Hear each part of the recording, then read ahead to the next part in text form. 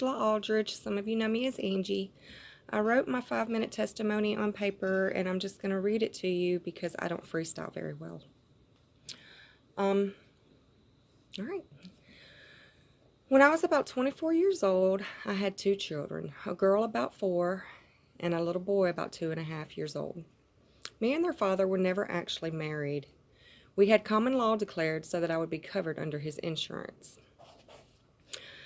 but no actual marriage, and totally living in sin. I was working in a bar during this time, and there was lots of drinking and lots of drugs involved, and I hardly ever got home before daylight. I would get home just in time for my husband to leave for work. We were always splitting up, but this time he moved all the way out. I began seeing a DJ that lived in Dothan. We flirted, among other things, for a couple of months. After a while, my ex wanted to give it another go. So we got back together again. About a week into us trying to work it out, I found out that I was pregnant. I was scared to death and had no idea what to do.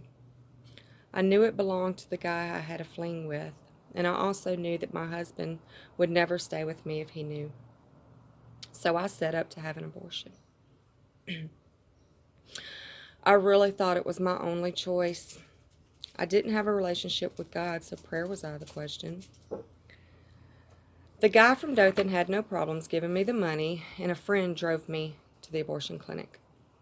I ducked into the floorboard when arriving so I would not have to read the signs or look at any of the people standing on the corners. I walked in not really worried about anything. I was going to take care of my problem and get on with my life. Nothing to it, right? Wrong.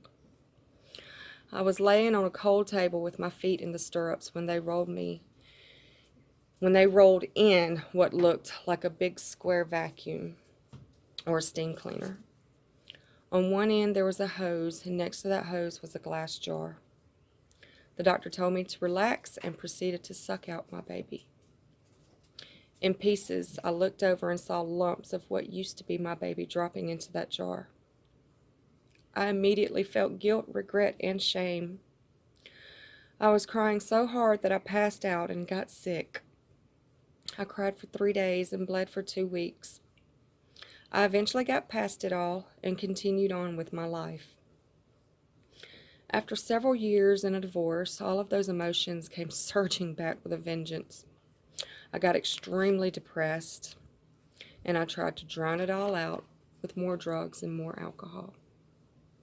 That went on for a couple of years. After some counseling and soul searching, I was able to forgive myself again.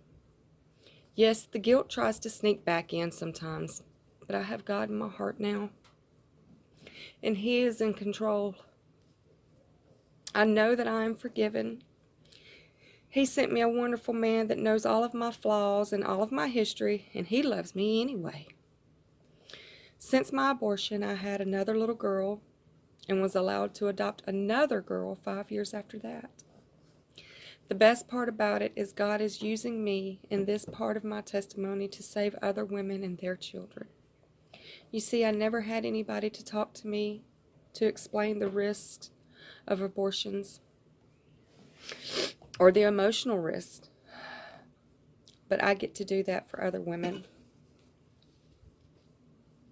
Sorry.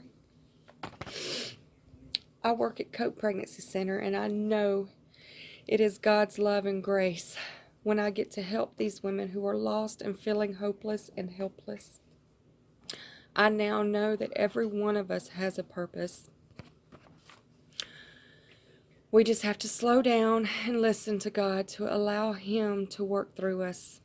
No matter what you have done, He can turn it around to be used for His good, for His glory. Thank you.